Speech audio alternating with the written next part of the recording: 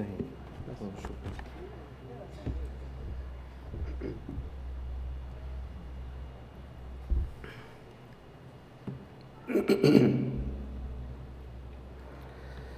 السلام علیکم ورحمۃ اللہ وبرکاتہ.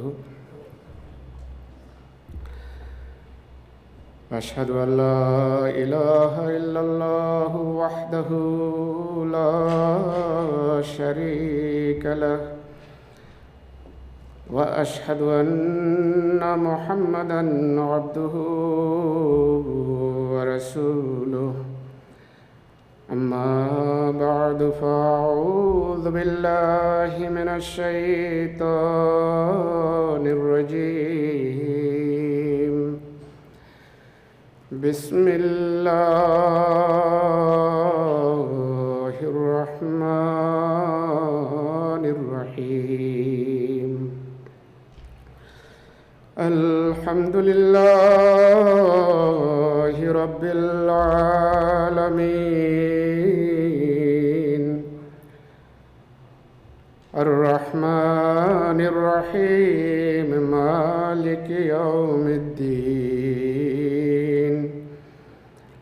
ایاک نعبد و ایاک نستعین. اہدنا الصراط المستقیم صراط الذین انعمت علیہم غیر المغضوب علیہم ولا الضالین.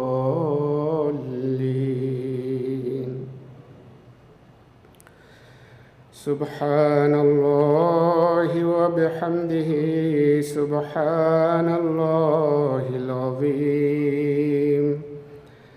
سبحان اللہ وبحمدہ سبحان اللہ العظیم. اللہم صلی علی محمد وعلی آل محمد.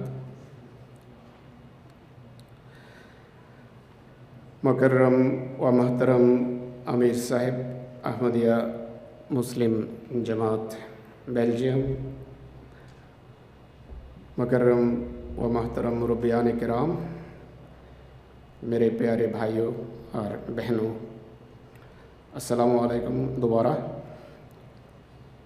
اس جلسے کی افتتاحی تقریب اور تقریر کے لیے میں چند باتیں آپ کی خدمت میں پیش کروں گا. اس سلسلے میں آج جو خطبہ جمعہ ادھر مربی صاحب مشنری انچارج صاحب نے ادھر دیا ہے، اس میں بھی انہوں نے جلسے کے حوالے سے حضرت مسیح موعود علیہ الصلوۃ والسلام کے الفاظ، خلیفۃ المسیح کے الفاظ میں انہوں نے اپنی خطبے کو انہوں نے ترتیب دی ہے اور آپ لوگوں نے سنا ہے. تو اس حوالے سے پہلے تو جو جلسے کی جو اہمیت ہے اس کے بارے میں میں عرض کرتا ہوں کہ نہایت بابرکت ایک تقریب میں ہم سب شامل ہیں. نہایت خوش نصیب ہیں ہم جو ادھر بیٹھے ہیں. یہ وہ جلسہ ہے یا اس جلسے کا ایکسٹینشن ہے جو اللہ تعالیٰ کے نبی نے شروع کیا تھا 1891 میں. حضرت مسیح موعود علیہ السلام نے اس سلسلہ کا آغاز فرمایا. اس کے ساتھ بے شمار برکتوں کا تعلق ہے، بے شمار دعاؤں کا تعلق ہے. اللہ تعالیٰ یہ لاتا ہے ہمیں اپنے برکت سے مالا مال کرنے کے لیے. مجھے معلوم ہے، میں جانتا ہوں بہت سے لوگ ہیں جماعت میں ایسے جو جلسے تلاش کرتے رہتے ہیں کہ کہاں جلسہ ہو رہا ہے، ان جگہوں پہ وہ پہنچ جاتے ہیں.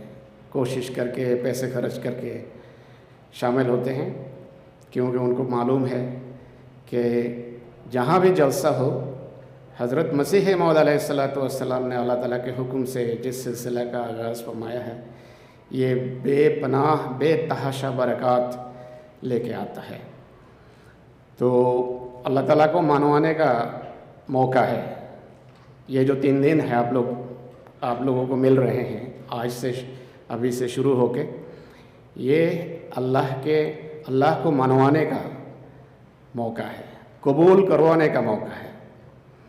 تو اس کو استعمال کریں اور ان 3 دنوں میں خوب اللہ تعالیٰ کے حضور دعائیں کریں، اور ایسے جلسے، ایسی تقریب، ایسی میٹنگ، ایسے اجلاسات جہاں خالصتاً خدا کا ذکر ہوتا ہو، ان کو قبولیت کا وعدہ، ان کی قبولیت کا وعدہ اللہ تعالیٰ کی طرف سے ہے، یہ آپ لوگ جانتے ہیں۔ رسول کریم صلی اللہ علیہ وسلم کی حدیث قدسی واضح طور پر اس بات کو سپورٹ کرتی ہے۔ ہم جانتے ہیں یہ واقعہ بار بار ہمارے جلسوں میں، جماعتی اجلاسات میں سنایا جاتا ہے کہ اللہ تعالیٰ کے فرشتے صبح و شام دنیا میں آتے ہیں، اور صبح کے فرشتے شام کو اور شام کے فرشتے صبح اللہ تعالیٰ کے حضور جا کے رپورٹ کرتے ہیں کہ اللہ تعالیٰ پوچھتا ہے ان سے کہ کیا دیکھا۔ تو ذکر کی جو اس قسم کی مجالس ہے، ہمارے جلسے جیسے مجالس، ایسے مجالس کا فرشتے اللہ تعالیٰ کے حضور ذکر کرتے ہیں کہ ایسی مجالس ہم نے دیکھی جہاں اس کی وہ الفاظ جو ہیں ان میں نہیں جا رہا، میں پیرافریز کر رہا ہوں اپنے الفاظ میں۔ تو ان کے ایسی مجالس کا جب اللہ تعالیٰ کا حضور ذکر کرتے ہیں فرشتے، تو خدا تعالیٰ فرماتا ہے کہ میں نے ایسے جلسوں میں شامل ہونے والے ہر ایک کو معاف کر دیا ہے۔ تو فرشتے اللہ تعالیٰ کے حضور عرض کرتے ہیں کہ اے اللہ، ان میں ایک ایسا بندہ بھی تھا جو کسی برکت کی خاطر نہیں آیا تھا، اس کی نیت میں کوئی ایسا خیال نہیں تھا کہ وہ اس میں سے برکات حاصل کرے، بس ایک راہگیر تھا، راہ گزر رہا تھا، اس کو دلچسپی پیدا ہوئی کہ دیکھتے ہیں کیا ہو رہا ہے۔ اللہ تعالیٰ فرشتے کے اس سبمیشن کے جواب میں فرماتا ہے کہ میں نے اس کو بھی معاف کر دیا ہے۔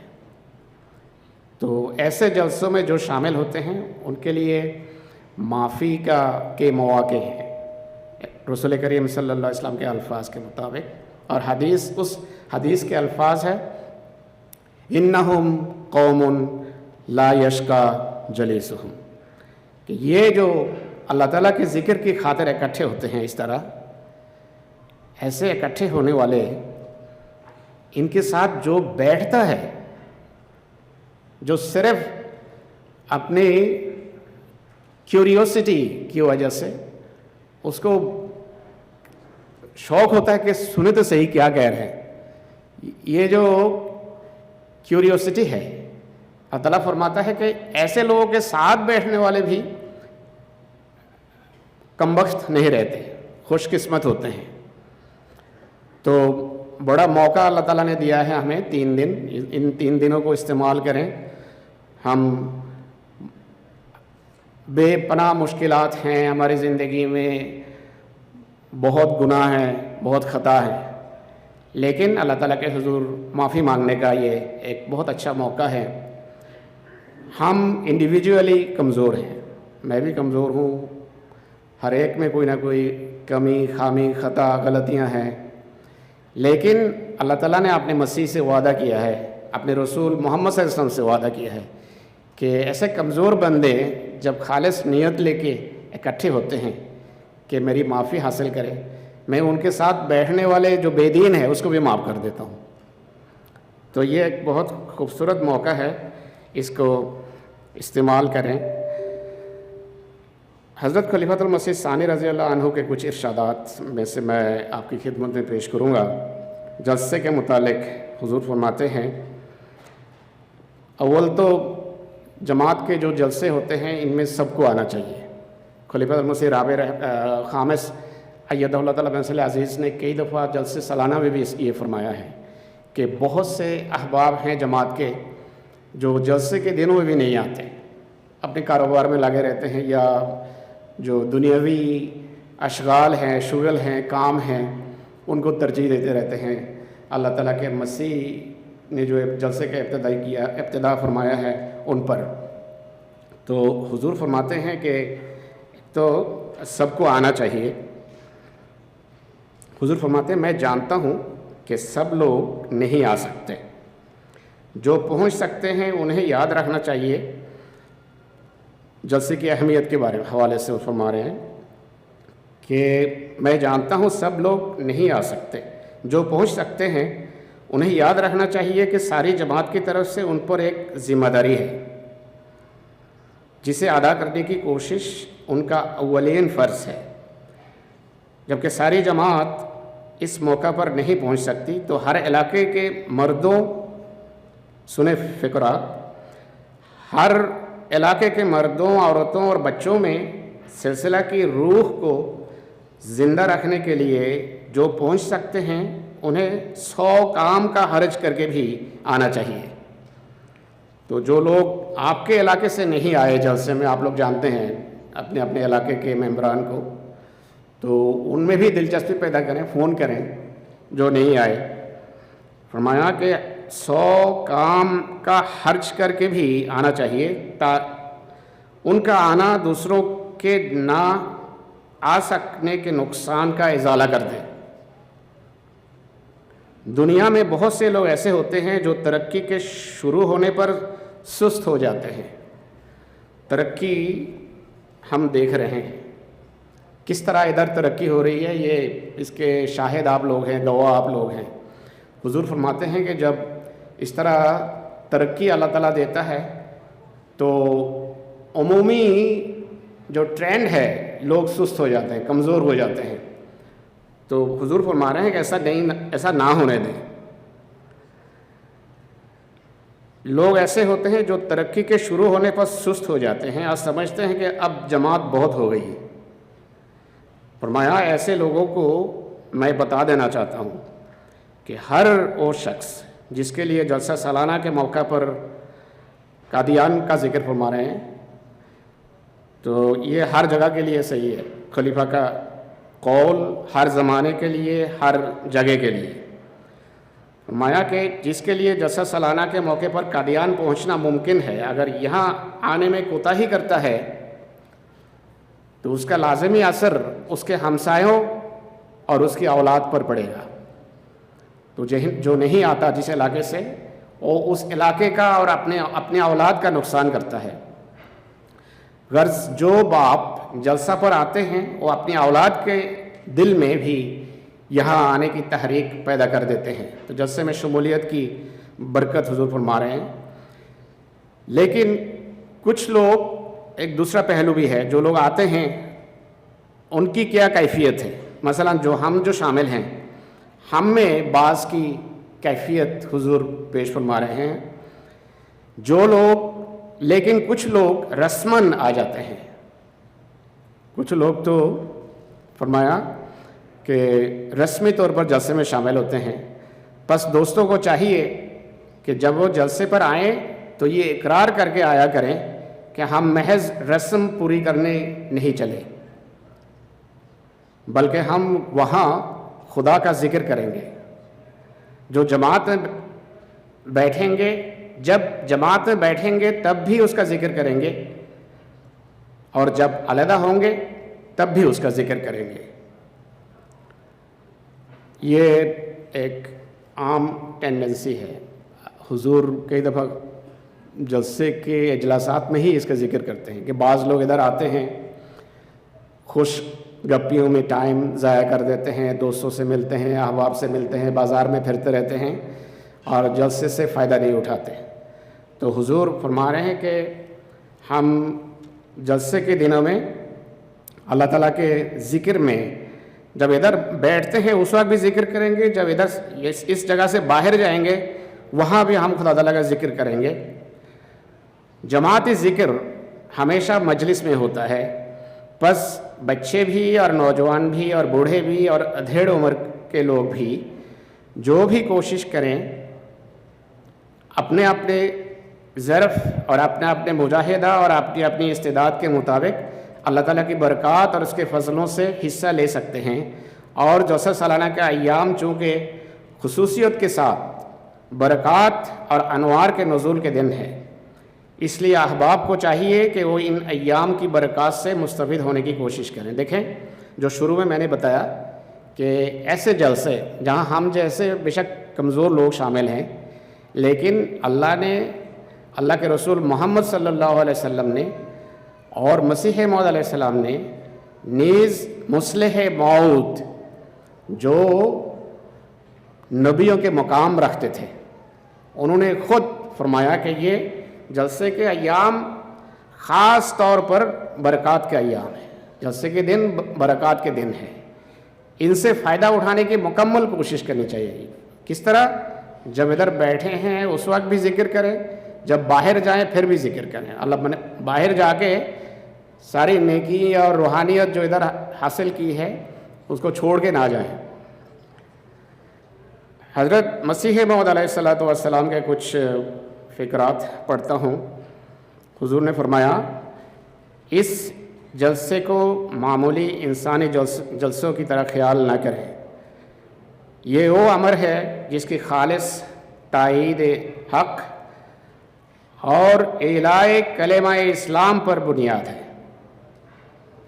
اس سلسلے کی بنیادی اینٹ خدا تعالیٰ نے اپنے ہاتھ سے رکھی ہے، تو یہ تمام سلسلہ یہ کوئی رسم نہیں ہے، کسی کا ایجاد کیا ہوا سلسلہ نہیں ہے۔ یہ جلسہ جو ہے، یہ جو ادارہ ہے، یہ جو انسٹیٹیوشن ہے، میں نے شروع نہیں کیا اس کا، آپ نے نہیں شروع کیا۔ فرمایا اس کی بنیادی اینٹ اللہ تعالیٰ نے اپنے ہاتھ سے رکھی ہے، بے پناہ برکات ہیں اس میں، اور اس کے لیے قومیں تیار کی ہیں جو عنقریب اس میں آ ملیں گے۔ پیشگوئی ہے اس جلسے کے بارے میں کہ اللہ تعالیٰ نے قومیں تیار کی ہیں جو عنقریب اس میں آ ملیں گے۔ یہ کس سن کی بات ہے؟ 1891 یا اس سے بھی پہلے کی، 1890 92 کی بات ہے۔ کتنے آئے تھے پہلے جلسے میں؟ 75۔ فرمایا اللہ تعالیٰ نے وعدہ کیا ہے کہ قومیں اس نے تیار کی ہے جو آ کے اس جلسے میں شامل ہوگی۔ یہ پیشگوئی پوری ہوئی کہ نہیں؟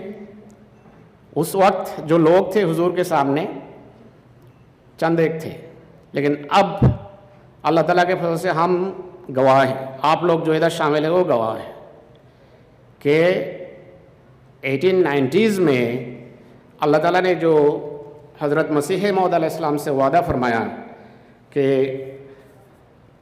نیشنز آر بینگ پریپیئرڈ، جو ان جلسوں میں شامل ہوں گے، تو ادھر اس جلسے میں ابھی ادھر بھی کئی اقوام کے لوگ ہیں، میرا تعلق ایک قوم سے ہیں، آپ میں سے کچھ ہیں جن کا کسی کے پنجابی ہے، سندھی ہے، بلوچی ہے، ڈفرینٹ نیشنلٹیز ہیں، کچھ عرب ہیں ادھر، کچھ افریقن ہیں، ایسٹ افریقن، ویسٹ افریقن، ادھر ہی کئی اقوام کے لوگ ہیں۔ تو لفظاً اور حرفاً حضرت مسیح موعود علیہ السلام کی یہ پیشگوئی پوری ہوئی، اور اس پیشگوئی کے جو الفاظ ہیں وہ بھی سنا دیتا ہوں۔ فرمایا یأتون من کل فج عمیق ویأتیک من کل فج عمیق، ہر ایک دور دراز کے راستے سے لوگ تیرے پاس آئیں گے۔ اس وقت چند ایک نفوس تھے حضور کے پاس، انڈیا کے مختلف علاقوں سے تعلق رکھتے تھے، لیکن اللہ نے فرمایا کہ دور دور سے لوگ آئیں گے، اور اس کثرت سے آئیں گے کہ آمد و رفت سے راستوں میں گڑھے پڑ جائیں گے.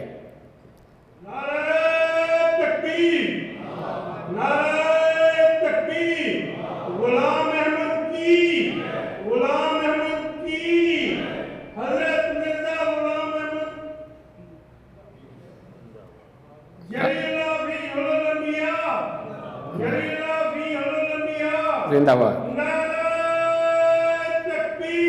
زندہ باد.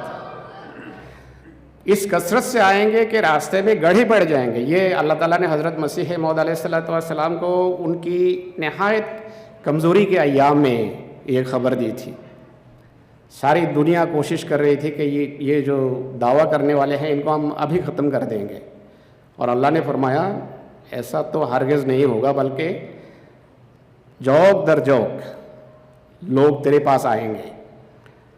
اور صرف پچھلے سال جو یو کے میں جلسہ ہوا ہے، کتنے لوگ، کتنی نیشنلٹی تھی اس میں؟ 110 نیشنلٹیز، قومیت کے لوگ اس جلسے میں شامل ہوئے. ہم نے اپنی آنکھوں سے یہ دیکھا ہے، لیکن جو اس وقت حضور کے ساتھ تھے انہوں نے نہیں دیکھا، وہ ایمان بالغیب لائے تھے. تو ہم اس بات کے شاہد ہیں اور گواہ ہیں کہ اللہ تعالیٰ کے مسیح سچے مسیح تھے، سچے مہدی تھے، جن کی خوشخبری اور پیشگوئی حضرت محمد رسول اللہ صلی اللہ علیہ وسلم نے کی تھی. اس کے بارے میں حضور فرماتے ہیں یہ جو دور دور سے لوگ آئیں گے، فرمایا کہ یہ وہ الہام ہے جو آج سے، میں تو بتا رہا تھا کہ 90s کی پیشگوئی ہے یہ، لیکن مسلم اسلام فرما رہے ہیں کہ یہ وہ الہام ہے جو آج سے 25 برس پہلے، یعنی 1990s سے 25 برس پہلے اللہ تعالیٰ نے یہ خبر دی تھی. آج سے 25 برس پہلے براہین احمدیہ میں درج ہو چکا ہے. براہین احمدیہ کی جو پہلی 4 جلدیں ہیں، آپ لوگوں میں سے بہت سے احباب نے وہ پڑھی ہے اور اس کا ترجمہ بھی مختلف زبانوں میں ہو گیا ہے. براہین احمدیہ پہلی 4 جلدیں پر ہیں الہامات سے اور وحی سے جو اللہ تعالیٰ کی طرف سے ہوئی ہے حضرت مسیح موعود علیہ السلام کی طرف. اس زمانے میں اللہ تعالیٰ نے حضرت مسیح علیہ السلام کو یہ خبر دی ہے، حالانکہ اس وقت کا کوئی دعویٰ نہیں تھا. براہین احمدیہ کب لکھا گیا؟ 80 سے 84 تک پہلی 4 جلدیں حضرت مسیح علیہ السلام نے لکھی ہے. ان میں صدہا ایسی پیشگوئیاں ہیں، الہامات ہے، وحی ہے اللہ تعالیٰ کی طرف سے. ان میں سے ایک یہ ہے کہ تیرے پاس دور کے راستوں سے لوگ آئیں گے. فرمایا یعنی یہ کہ لوگ ہر ایک راہ سے تیرے پاس آئیں گے، اور اس کثرت سے آئیں گے کہ وہ راہیں جن پر وہ چلیں گے عمیق یعنی گہرے ہو جائیں گے. بعض جگہ یہ راستوں میں، بعض جگہ ہے راستوں میں گڑھے پڑ جائیں گے. اب دیکھو کہ یہ پیشگوئی کس صفائی سے پوری ہو رہی ہے. ہر روز 100 آدمی قادیان میں آتے ہیں، اور کئی دور دراز ملکوں سے آ کر یہاں آباد ہو گئے ہیں. یہ حقیقت الوحی میں حضور نے فرمایا. اور جو راستوں میں جو گڑھے پڑنے کی یہ جو پیشگوئی ہے، یہ آپ نے پوری ہوتے نہیں دیکھی. یو کے جلسہ میں کون شامل ہوئے تھے؟ کون؟ اکثریت، آپ میں سے اکثریت یو کے جلسے میں شامل ہوئے. دیکھا نہیں جلسے کے دنوں میں جو گڑھے ہوتے راستوں پہ، اس میں بجریاں پھینکتے ہیں وہ لوگ، پھر آئرن شیٹس بچھاتے ہیں تاکہ چلا جائے ان پر. گاڑی چلانے کی دفعہ مشکل ہو جاتی ہے ادھر. تو لفظاً اور حرفاً حضرت مسیح موعود علیہ السلام کی یہ پیشگوئی پوری ہوئی جیسا کہ حضور نے فرمایا. اور ان دنوں میں جیسا کہ میں نے عرض کیا کہ قبولیت کے خاص مواقع اللہ تعالیٰ ہمیں عطا فرماتا ہے. اس سلسلہ میں حضرت چودھری ظفر اللہ خان صاحب کا ایک واقعہ انہوں نے خود یہ بیان کیا ہے غالباً تحدیث نعمت میں، کہ ایک دفعہ جلسہ سالانہ کا موقع آیا تو گھر میں اللہ تعالیٰ کس طرح برکات نازل فرماتا ہے اور قبولیت عطا فرماتا ہے، جلسے کی برکت سے کتنی ناممکنات جو ہے وہ ممکن ہو جاتے ہیں، اس کا ذکر فرما رہے ہیں کہ جلسہ سالانہ کا موقع تھا، گھر میں اخراجات کے لیے رقم بالکل نہیں تھی، پیسے نہیں تھے۔ والد صاحب نے خدا کے حضور بڑی عاجزی سے دعا کی، ابھی دعا سے نہیں، جلسے میں شمولیت کے لیے اللہ تعالیٰ توفیق دے، پیسے نہیں ہیں۔ ابھی دعا سے فارغ ہوئے تھے کہ ایک ایسے شخص نے آ کر تالے کا دروازہ کھٹکھٹایا، یعنی دروازے پہ نوک کیا، جس نے ایک پرانا قرض دینا تھا۔ یہ شخص سالوں سے غائب تھا، یعنی پیسے واپس نہیں کرتا تھا، لیکن اس وقت ان کے والد صاحب نے جلسے کے حوالے سے اللہ تعالیٰ کے حضور دعا کی کہ جلسے میں جانا ہے، اللہ توفیق دے، توفیق نہیں ہے۔ اس نے آ کر وہ رقم ادا کی، جس سے نہ صرف جلسے کا سفر ممکن ہوا بلکہ مہمان نوازی کا بھی انتظام ہو گیا۔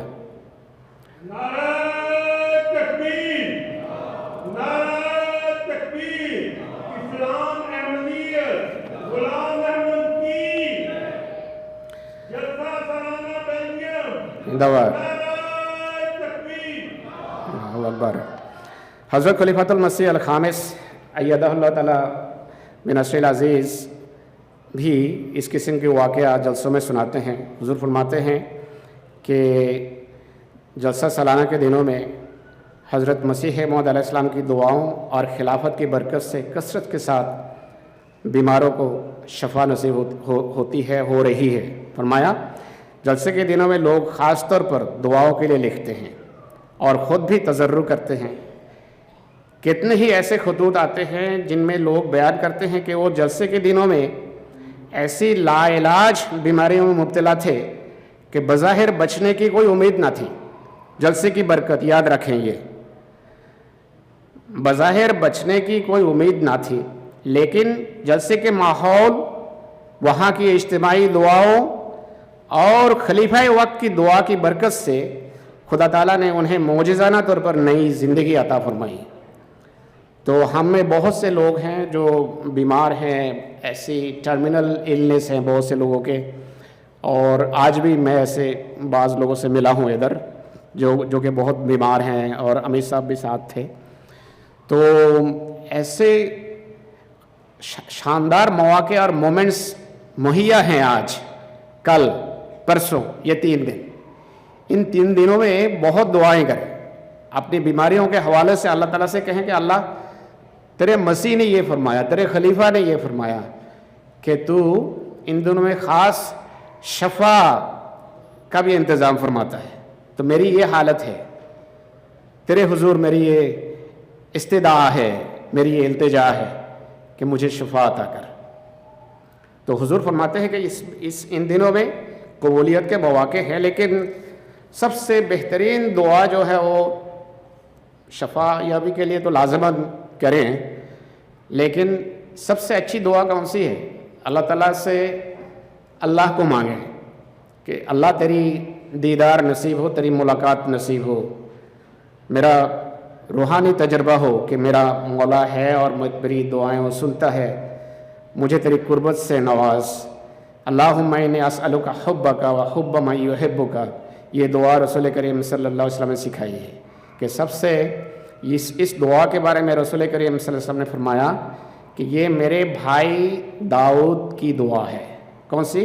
اللہم انی اسألک حبک و حب من یحبک، اللہم اجعل حبک احب الی من نفسی و اہلی و من الماء البارد، یعنی اے اللہ انی اسألک حبک، میں تجھ سے تیری محبت کا بھیک مانگتا ہوں کہ تیری محبت حاصل ہو جائے۔ تو اس کی تفصیل ساری دعا کا ترجمہ اگر کروں تو ٹائم گزر جائے گا۔ سب سے بہترین دعا ہے اللہ تعالیٰ کے حضور، اللہ تعالیٰ کے پاس، اللہ تعالیٰ سے اللہ کو مانگنا کہ اللہ تیری محبت نصیب ہو۔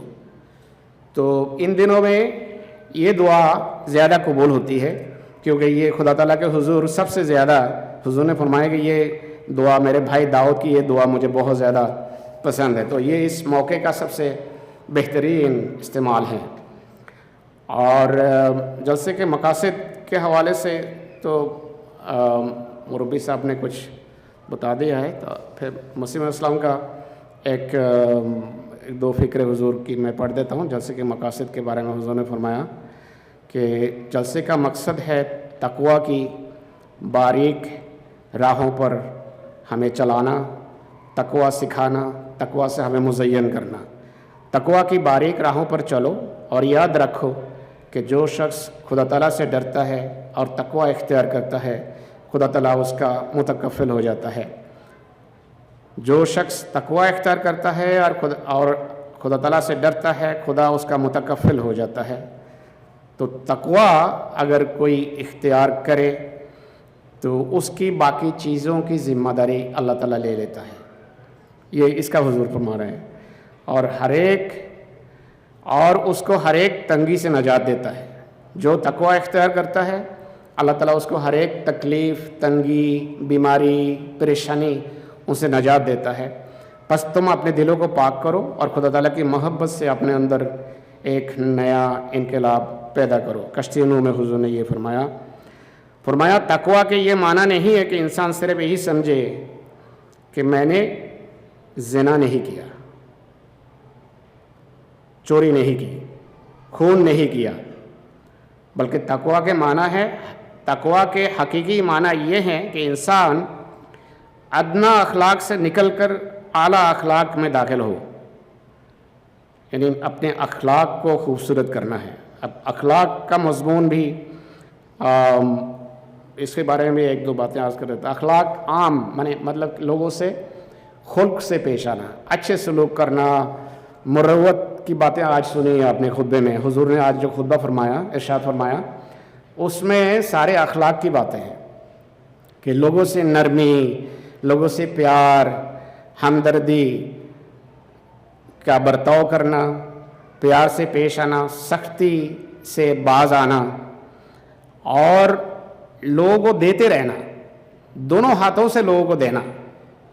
حضرت مسیح موعود علیہ السلام کے واقعات حضور نے سنائے، یہ سارے اخلاق ہیں۔ رسول کریم صلی اللہ علیہ وسلم کے بارے میں اللہ تعالیٰ نے فرمایا کہ انک لعلی خلق عظیم، تو سب سے عظیم اخلاق پر تو فائز ہے، یہ حضور کریم صلی اللہ علیہ وسلم کو اللہ تعالیٰ نے ٹائٹل عطا فرمایا۔ تو حضور کے بارے میں اخلاق کی مثال کیا ہے احادیث میں؟ کہ دونوں ہاتھوں سے دیتے تھے، کنجوسی نہیں کرتے تھے، روک کے نہیں رکھتے تھے۔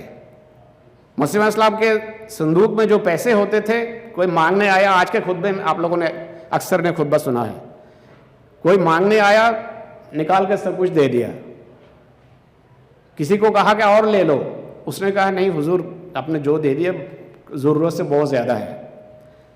کستوری مسک لینے کے لیے آئے تو بہت، حضور نے فرمایا یہ بڑی قیمتی چیز ہے۔ تو یہ اخلاق میں شامل ہے، دونوں ہاتھوں سے دینا، اور تیز ہواؤں سے زیادہ تیزی سے تقسیم کرتے تھے دولت کو اور مال کو، یہ ہے اخلاق۔ اور اخلاق کا ایک اور دائرہ بھی ہے، وہ یہ ہے کہ جماعتی کاموں کے دائرے، اس میں جماعتی کاموں میں اخلاق کا ہم اس طرح برتاؤ کر سکتے ہیں کہ جن کو ذمہ داری دیتے ہیں، جو ہمارے ساتھ کام کرتے ہیں، ان کے ساتھ پیار اور محبت اور مروت سے ان کے ساتھ پیش آنا، اور جو کام کرنے والے ہیں کسی کے ساتھ، ان کا اخلاق یہ ہے کہ شریعت کا جس طرح تقاضا ہے اطاعت کا، مکمل اطاعت کریں۔ تو ذمہ داری سپرد جو کرتے ہیں ان کے لیے حکم ہے کہ آپ نے کام کوئی نہ بھی کرے اور شرافت اور تہذیب کے دائرے میں نہ بھی رہیں کوئی، ان کے ساتھ بھی جب سلوک کرنا ہو تو اخلاق کو ہاتھ سے نہ دینا، اخلاق کا دائرہ کسی طرح پھلانگنا نہیں ہے، ان کو بھی ایسے پیار سے سلوک کرو کہ ان کا اصلاح ہو جائے۔ جیسے فرمایا ان کنت فظا غلیظ القلب لانفضوا من حولک، برحمت من اللہ لنت لہم، یہ اللہ تعالیٰ کی یہ رحمت ہے کہ تو ان کے لیے نرم گوشہ ہوا، پتہ نہیں اس قسم کے کوئی فریز ہے، یعنی تو ان کے لیے ان سے نرمی کرتا ہے، یہ خدا کا فضل ہے تجھ پہ۔ تو جو عہدیدار ہیں مختلف لیول پہ، لجنہ، خدام، انصار یا جماعتی نیشنل عاملہ، ان کے لیے اللہ تعالیٰ نے اخلاق کی ادھر جو حضور صلی اللہ علیہ وسلم نے فرمایا کہ جلسے کا ایک مقصد ہے اخلاق سے مزین کرنا۔ تو جو عہدیدار ہیں مختلف لیول پہ، ان کے لیے اخلاق یہ ہے کہ ہر ایک کے ساتھ نرمی، پیار اور شفقت سے سلوک کرنا اور سختی نہ کرنا۔ اور ہم جو عام لوگ ہیں، ہمارے لیے اخلاق یہ ہے کہ جس طرح اطاعت کی تعلیم ہے قرآن شریف میں اور رسول کریم صلی اللہ علیہ وسلم کی احادیث میں، اسی طرح اطاعت کرنا۔ دل اگر نہ بھی چاہے، اوپر سے جب ارشاد ہو تو اس کی تعمیل کرنی۔ اطاعت سے روشنی پیدا ہوتی ہے دل میں، یہ حضرت مسیح علیہ السلام نے فرمایا، اطاعت سے دل میں روشنی پیدا ہوتی ہے، دل منور ہو جاتا ہے اطاعت سے۔ بعض دفعہ چھری چلا کے اطاعت کرنی ہوتی ہے دل پہ، جی نہیں کرتا، ویری ڈیفیکلٹ ٹو اوبے، لیکن یہ سوچنا کہ قرآن نے فرمایا اطیعوا اللہ و اطیعوا الرسول و اولی الامر منکم، میں نے اطاعت کرنی ہے، ایسی صورت میں اطاعت پھر روشنی دل کو منور کر دیتی ہے۔ اور پھر اطاعت کرنے والوں کو حضور نے فرمایا کہ اخلاق کی تعریف میں بتا رہا ہوں کہ مجاہدات کی اتنی ضرورت نہیں جتنی اطاعت کی ضرورت ہے۔ بہت زبردست فکرہ ہے، اس کو دوبارہ سنیں۔ مجاہدات کی اتنی ضرورت نہیں۔ مجاہدات کیا مطلب؟ مجاہدات کا مطلب ہے بہت زیادہ نمازیں پڑھنی، تہجد پڑھنا اور سے لمبے لمبے سجدے کرنا اور باقی جتنی نیکیاں ہیں وہ کرنا۔ یہ فرمایا بے معنی ہے اگر اطاعت کوئی نہیں کرتا۔ تو فرمایا مجاہدات کی اتنی ضرورت نہیں جتنی اطاعت کی ضرورت ہے۔ تو ایک کمیونٹی کے دونوں دھڑ کو، دونوں پہلو کو حضور نے تربیت کی ہے کہ جو ذمہ داری سپرد کرتے ہیں ان کی بھی تربیت کرنی کی ہے کہ اخلاق سے پیش آؤ، اور جو جن پر عہدے اور ذمہ داریاں سپرد کی جاتی ہے ان کو بھی کہا کہ عام لوگوں کو بھی کہ اطاعت کرو۔ تو جلسے کے دنوں میں فرمایا کہ اخلاق سکھانا یہ جلسے کا ایک مقاصد میں سے ایک مقصد ہے۔ تو میں نے میرے جو وقت تھا وہ کافی لے لیا ہے، تو آخر میں یہ عرض کرتا ہوں کہ اللہ تعالیٰ جلسے کی جو برکات ہے، جو فیوز ہیں، ان سے ہمیں مستفید فرمائے، ہمیں ان سے اللہ تعالیٰ مالا مال فرمائے۔ آخر میں حضرت خلیفۃ المسیح الخامس ایدہ اللہ تعالیٰ بنصر عزیز کے 2-3 فقرات پڑھ کے میں اپنی تقریر ختم کرتا ہوں۔ اللہ تعالیٰ کے مسیح نے ان مہمانوں کے لیے جو دعائیں کی ہے، جلسے میں شامل ہونے والوں کے لیے، آپ لوگوں کے لیے مسیح علیہ السلام نے دعائیں کی ہیں۔ فرمایا خدا تعالیٰ کے مسیح نے ان مہمانوں کے لیے جو دعائیں کی ہیں وہ عرش کو ہلا دینے والی ہیں۔ آپ علیہ السلام فرماتے ہیں کہ جو اس جلسے کے لیے سفر کرتا ہے خدا اس کے گناہ معاف کرتا ہے۔ بس یاد رکھو کہ جلسے کے مہمان عام مہمان نہیں ہیں، آپ لوگ عام لوگ نہیں ہیں، اللہ تعالیٰ کے خلیفہ فرما رہے ہیں، بلکہ ان کے استقبال کے لیے آسمان سے فرشتے اترتے ہیں۔